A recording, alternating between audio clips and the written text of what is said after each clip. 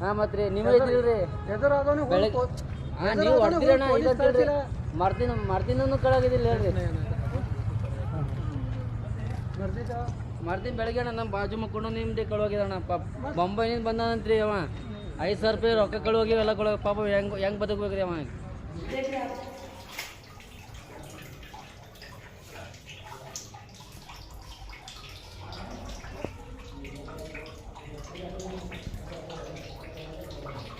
Government hospital में मेरे wife को लेके आया था। यहाँ पर 10 बजे हम लोग आए थे। 1 बजे के टाइम पे डिलीवरी हो गई। डिलीवरी होने के बाद 2 या 2.5 बजे तक बेड पे सुलाया गया। उसके बाद 7:30 या 8 बजे तक 7:30 बजे तक यहाँ पे उनको ज़मीन पे बिठाया गया है। सुबह 10 बजे आए थे क्या? सुबह 10 बजे आए थे। अच्छा, जब डिलीवरी कितने बजे हुई? डिलीवरी 1:30 या 2 बजे हो गई। अच्छा, उसके बाद बेड पे 2 घंटे सुलाया। उसके बाद फिर अब 7:30 बजे तक उनको ज़मीन पर बिठाया गया है। यहाँ पर जो पेशेंट्स आ रहे हैं, जो उनके अटेंडेंट्स रहते हैं ना, उनके मोबाइल चोरी हो रहे हैं, उनके जो है ना कीमती जो है ना जो अशिया रहते हैं सामान साथ में लाए हुए, वो भी अशिया चोरी हो रहे हैं। और बाथरूम्स में लाइट नहीं है। जो डिलीवरी हॉल है, जो डिलीवरी होने के बाद जहाँ पर वार्ड में शिफ्ट किया जाता है, वहाँ का अगर आप बाथरूम अगर देखेंगे तो ठहर नहीं सकते आप। वहाँ पर लाइट भी नहीं है और कोई सुविधा भी नहीं है। ये जिस तरीके से गवर्नमेंट हॉस्पिटल का नाम देकर जो डिस्ट्रिक्ट गवर्नमेंट हॉस्पिटल है, छोटा हॉस्पिटल नहीं है, बहुत बड़ा हॉस्पिटल है। यहाँ पर हर सहूलत मुहैया होनी चाहिए लोगों के लिए। और लोग यहाँ पर एक उम्मीद और आस से आते हैं, लेकिन यहाँ पर आने के बाद मायूसी हाथ लगती है और कुछ नहीं। ये डिस्ट्रिक्ट एडमिनिस्ट्रेशन को इसके ऊपर जो है ना जल्द से जल्द एक्शन लेना चाहिए, आकर यहाँ पर सर्वे करना चाहिए। मैं डिस्ट्रिक्ट इंचार्ज मिनिस्टर प्रियांक खड़गे साहब से अपील करता हूँ कि वो डिस्ट्रिक्ट जनरल हॉस्पिटल को आएँ और विज़िट करें और देखें, क्योंकि गरीबी की जो रेखा है हमारी, उससे बहुत नीचे जी रहे हैं लोग। गरीबी की रेखा पे भी नहीं है, उससे भी नीचे जी रहे हैं। थोड़ा आकर देखें तो पता चलेगा। मैं इतना कहना चाहता हूँ। अस्सलाम वालेकुम। 10 बजे मैं मेरी वाइफ को लेके आया था। 10 बजे मैं मेरी वाइफ को लेके आया था और यहाँ पे 12 बजे तक इधर उधर फिराने के बाद 1 बजे डिलीवरी हुई। डिलीवरी होने के बाद शाम में 7:30 बजे तक उनको ज़मीन पे बिठाया गया है। और एक बात, जब चंद मेरे दोस्त आके ज़रा ये करने के बाद जब उन्हें वार्ड में शिफ्ट किया गया है, यहाँ पे लापरवाही बहुत ज़्यादा है। सिक्योरिटी गार्ड से पूछो तो वो बोलता है जेंट्स को अंदर नॉट अलाउड है, और अंदर हमारे लेडीज़ है, देखने नहीं दे रहे। फिर डॉक्टर को पूछे तो डॉक्टर बोल रहे हैं इनके साथ कौन है, किधर है, क्या नहीं, ऐसे उल्टे सवाल कर रहे हैं। यहाँ पर क्या चल रहा है इमरान भाई, एक डॉक्टर्स की तरफ से एरोगेंट बिहेवियर, डॉक्टर्स की तरफ से एक एरोगेंट बिहेवियर और एक डिक्टेटरशिप चल रही है यहाँ पर। ये अभी नहीं, आप सुबह में भी अगर आकर किसी भी अटेंडर से अगर बात करेंगे तो आपको मालूम होगा कि यहाँ पर डॉक्टर्स मिसबिहेव तरीके से बात करते हैं। जिम्स में जाइए, मिसबिहेव तरीके से बात करते हैं। जब एक आम पब्लिक को मालूम है कि यहाँ के जितने भी डॉक्टर्स, मेजॉरिटी ऑफ डॉक्टर्स सिर्फ गवर्नमेंट हॉस्पिटल में जॉब नहीं करते, उन्हें प्राइवेट हॉस्पिटल में भी जॉब करते हैं। यहाँ पर आते 1 घंटा 2 घंटा देते, गवर्नमेंट की पूरी तनख्वाह लेते, 1 घंटा 2 घंटा यहाँ पर काम करते, फिर उसके बाद अपने प्राइवेट हॉस्पिटल में रहते हैं। क्या ये मौजूदा हुकूमत या इलेक्टेड रिप्रेजेंटेटिव का काम नहीं है कि इसके ऊपर इन्वेस्टिगेशन किया जाए? ये लोग कोई इन्वेस्टिगेशन नहीं करते। इसमें क्या है, आम जो पब्लिक, गरीब पब्लिक है वो परेशान होती। अगर तुम्हारे में वो तुम्हारी वो ये नहीं है करने की, तो ताकत नहीं है, अगर क्षमता नहीं है करने की, तो गवर्नमेंट हॉस्पिटल भी बंद करा दो आप।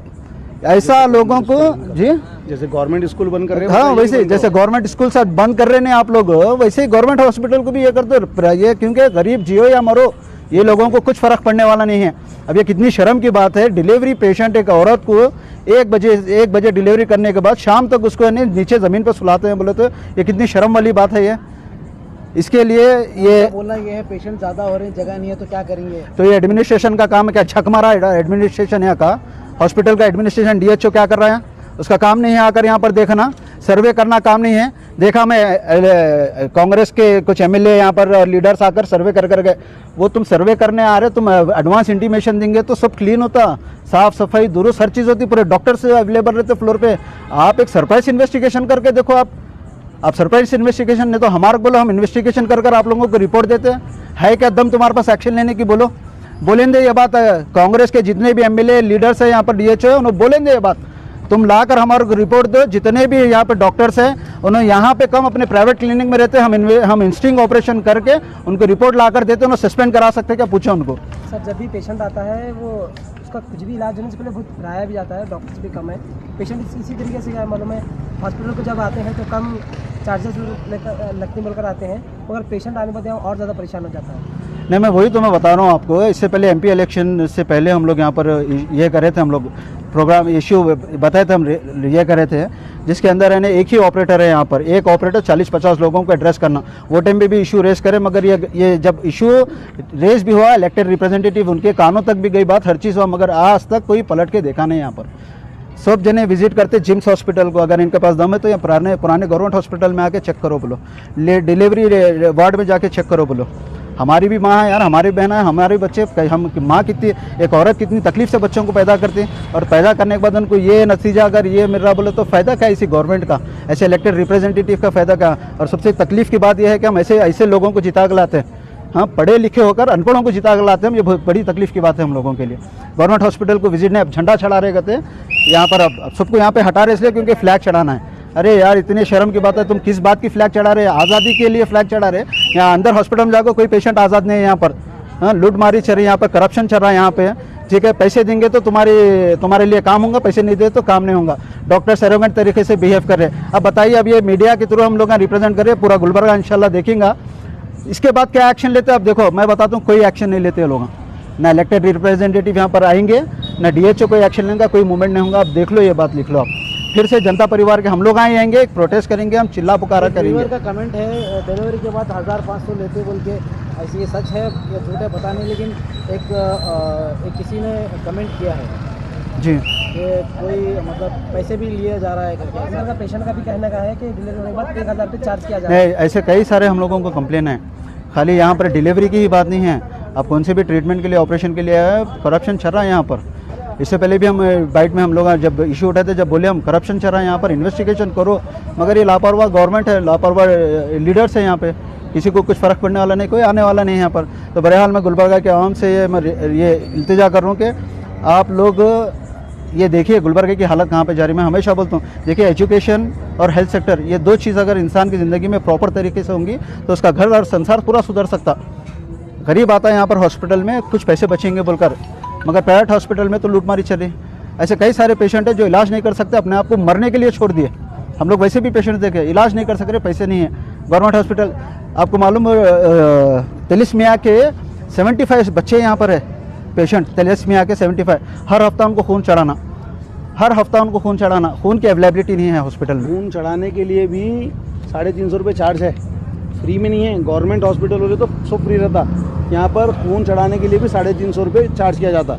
खून की अवेलेबिलिटी नहीं है। खून जो है ना, आप देने के बावजूद, मतलब अब मेरे बच्चा है, मेरी बच्ची है, मैं खून उसको देने के बाद भी उसको जो एक्सचेंज में खून देते हैं उसकी वजह से अंदर पेशेंट तो ऑलरेडी पेशेंट रहता है, उसमें गंदगी से और पेशेंट बीमार होने का और चांसेस है। बिल्कुल गंदगी है। वॉशरूम जाकर देखिए आप, अभी एक वॉशरूम का अगर आपके पास वीडियो है, शायद आप बता सकते हैं व्यूवर्स को, यहाँ तक पानी है अंदर, वॉशरूम के अंदर पानी जमे हुआ है, इसके अंदर यहाँ तक पानी जमा है, अंदर लाइट नहीं है ना अंदर। वहाँ पर देखो आप, वहाँ पर डायलिसिस रूम में भी नहीं है, डायलिसिस रूम में भी लाइट नहीं है यहाँ पर। तो इतनी तो बहरहाल डायलिसिस के वास्ते मशीना से, ये 2 ही मशीन है, लो पेशेंट ज़्यादा, 2 ही मशीन है और पेशेंट ज़्यादा, कुछ देख रहे नहीं क्या नहीं। लोग बोल रहे हैं, हाँ तुम्हारे कौन एडमिट है? यहाँ हमारे वालिद साहब है। कितने दिन से एडमिट है? वो 2-6-7 महीने हुआ। डायलिसिस की मशीन पहले थे मशीना, अब खाली 2 ही मशीन है। कोई देख रहे नहीं क्या नहीं। अब ये टाइम हो रहा, 7 बजे बंद होता था, ये टाइम हो रहा। 20,000 डायलिसिस पेशेंट है गुलबर्गा के अंदर। अब 20,000 पेशेंट में से कम से कम 10,000 भी अगर गरीब तबके के पकड़ेंगे तो साहब यहाँ पर 2 डायलिसिस मशीन, जैसा सभी बता रहे हैं, 2 डायलिसिस मशीन के ऊपर कैसा होगा ट्रीटमेंट, मेरे को बताइए। हाँ, ये लोग कहाँ से पैसे लेंगे? आज ही एक पेशेंट अटेंडेंट से मेरी मुलाकात हुई, उन्होंने क्या बोले, हमारे पास पैसे नहीं रहने की वजह से मैं मेरी बीवी का नहीं करा सकता हूँ। बोले उन्होंने, मेरी बीवी तकलीफ से गुजर रही, मैं कुछ नहीं कर सक रहा बोलकर। हाँ, ऐसे अब मैं अगर कुछ बोलूँगा तो ये लोग क्या बोलते हैं, मैं टारगेट कर रहा हूँ, मैं होना बोल के हम लोग जानबूझ के इनको टारगेट कर रहे बोलते हैं। हम असलियत को जब गुलबर्गा रिप्रेजेंट करना चाह रहे तो लोगों के आंखों पे पट्टी बननी से है। ये मोदी भक्त से ज़्यादा है, कांग्रेस भक्त ज़्यादा हो गए सो यहाँ पर, उनको नहीं समझ में आ रहा है ये चीज़, ठीक है।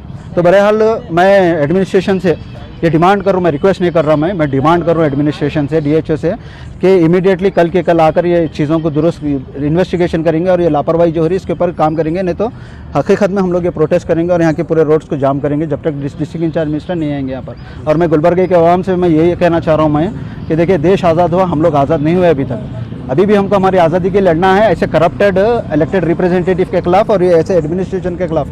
अगर आज आप लोग खामोश बैठेंगे तो यकीन माने आने वाले वक्त में, आज ये हमारे भाई की अगर बीवी है तो आने वाले वक्त में हमारी भी बीवी हो सकती है, हमारी बच्चे हो सकते हैं। आज इनके वालिद साहब है डायलिसिस पे बोला था, आज आने वाले वक्त में हमारे भी वालिद साहब हो सकते हैं। इसलिए वक्त से पहले हमको लड़ना है और हमारे को चीज़ों को दुरुस्त करना है। शुक्रिया।